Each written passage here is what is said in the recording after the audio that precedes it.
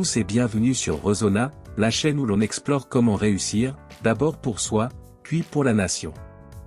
Aujourd'hui, on va aborder un sujet qui nous concerne tous à un moment ou à un autre, la procrastination. Vous savez, cette tendance à remettre au lendemain ce qui pourrait être fait d'aujourd'hui. Qui parmi nous n'a jamais retardé une tâche importante en se disant « je vais m'en occuper plus tard ». Pourtant, cette habitude peut être un véritable frein à notre réussite personnelle et professionnelle. Dans cette vidéo, nous allons explorer les inconvénients de la procrastination à travers des exemples concrets, et surtout, je vais vous partager des solutions efficaces pour la surmonter et reprendre le contrôle de votre temps. Alors restez bien avec nous, car une vie sans procrastination, c'est une vie plus épanouie et plus réussie. Les inconvénients de la procrastination.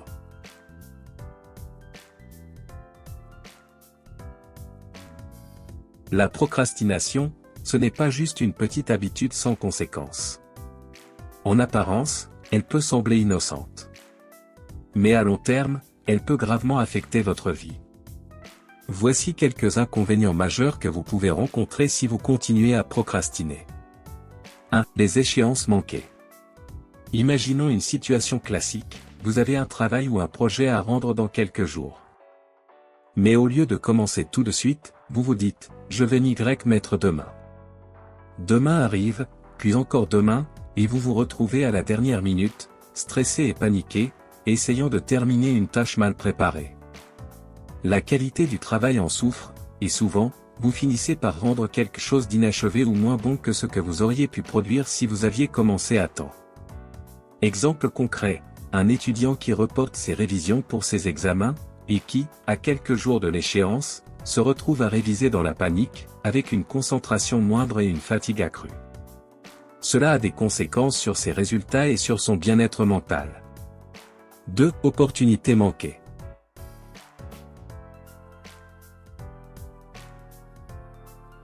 Chaque jour, nous avons des opportunités à saisir. Mais quand on procrastine, on les laisse filer sans même s'en rendre compte. Ce sont des idées, des projets, des contacts importants, des occasions de croissance personnelle ou professionnelle qui sont perdues. C'est comme si on laissait la chance frapper à notre porte, mais qu'on choisissait de ne pas répondre. Exemple concret, un entrepreneur qui hésite à lancer son projet en raison de la peur de l'échec ou du « timing parfait », et qui voit finalement un concurrent prendre l'initiative et réussir là où il n'a pas osé agir. Le regret est souvent plus douloureux que l'échec. 3. Stress et anxiété accrue. La procrastination crée une tension constante. Vous savez qu'il y a des tâches que vous devez accomplir, mais vous les ignorez. Et à mesure que les échéances approchent, la pression augmente. Ce stress est non seulement mentalement épuisant, mais il peut aussi avoir un impact sur votre santé physique, insomnie, fatigue, maux de tête. Ce cycle peut devenir épuisant à long terme. Exemple concret, une personne qui reporte la préparation d'un entretien d'embauche, puis se retrouve la veille à réviser de manière désorganisée, avec un niveau de stress élevé, ce qui nuit à sa performance le jour J. Les solutions pour vaincre la procrastination.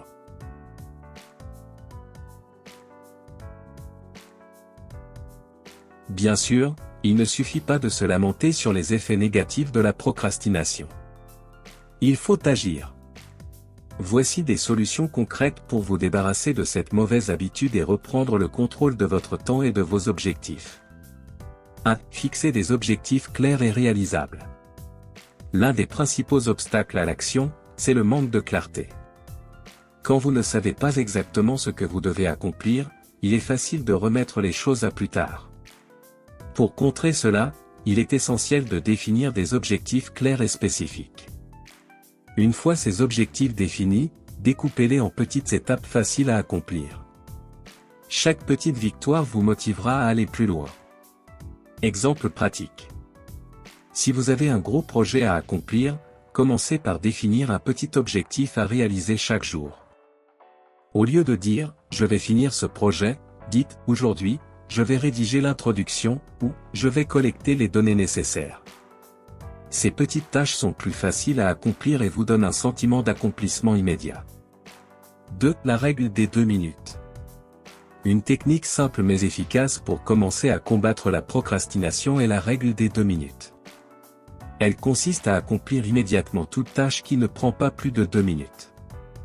Cela vous permet de vider votre to-do list rapidement et de ne pas laisser des petites tâches s'accumuler.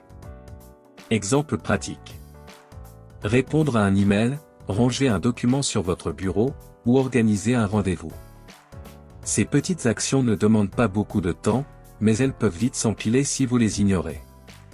3. La méthode Pomodoro. La méthode Pomodoro est une technique de gestion du temps qui consiste à travailler pendant 25 minutes, suivie de 5 minutes de pause. Ces courtes sessions de travail permettent de maintenir un haut niveau de concentration sans vous épuiser. Après 4 Pomodoro, vous pouvez prendre une pause plus longue de 15 à 30 minutes. Exemple pratique. Pendant une session de Pomodoro, mettez de côté votre téléphone et vos distractions.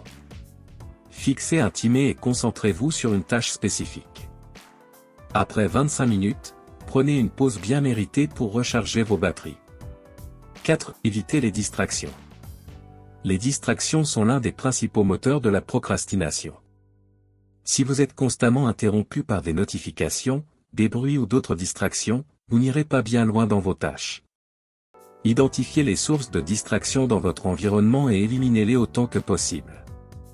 Exemple pratique. Mettez votre téléphone en mode « Ne pas déranger », fermez les onglets non nécessaires sur votre ordinateur et créez un espace de travail calme et propice à la concentration. 5. Changez de perspective. Au lieu de voir les tâches comme des corvées, essayez de les voir comme des opportunités. Chaque tâche accomplie est un pas vers votre succès personnel et professionnel. Plus vous prenez de petites actions aujourd'hui, plus vous serez proche de vos objectifs demain.